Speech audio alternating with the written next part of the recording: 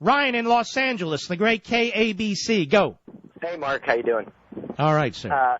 I run a small business out in L.A., and we do a lot of work with the aerospace companies who, in turn, do work with the government. And so we're subject to the federal acquisitions regulations. All right, let me guess.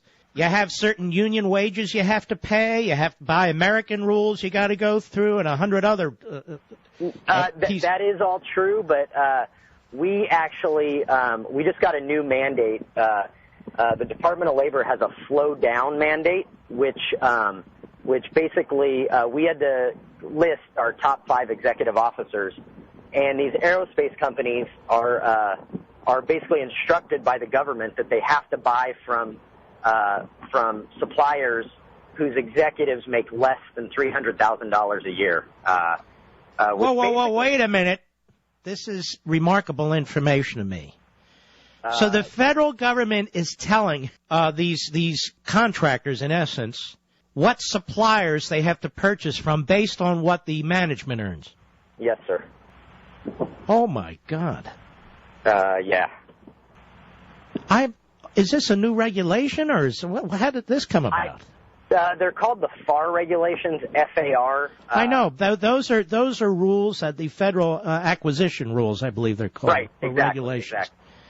This one, I believe, was instituted last July, but I don't think that they had to follow it until just August that just passed. So the federal government goes into the boardrooms and is making salary decisions. Well, this isn't even boardrooms. We're a small business. We're a small family-owned business.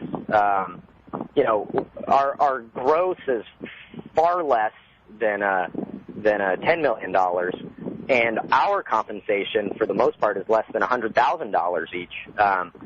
So what it would do to us is, we even if we were making $300,000, we wouldn't lose this business. We would start a sister company or a brokerage firm, and what it would do to us is, in their eyes, we basically criminalize what we do just because we're trying to keep business that's coming to us. They would turn us into All right, what liars. you're saying is you would create these corporate shells, in essence, run the money through there, and then you'd be prosecuted for it. Exactly.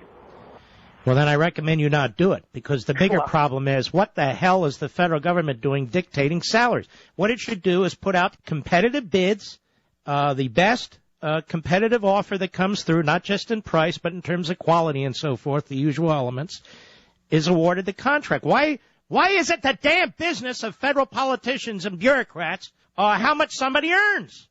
Well, it's not. I mean, this is so frustrating to me. Thank you for your call. Don't tell me we aren't moving towards Marxism. I know Marxism when I see it, I smell it, and I feel it. It's certainly not free market capitalism. Where does this philosophy come from? Oh, you think you're free because you can go to a movie, or you can purchase an iPhone, or you can watch TV, or you can go to a football game or whatever. Let me tell you something. Well, I'm not going to. I'm going to wait.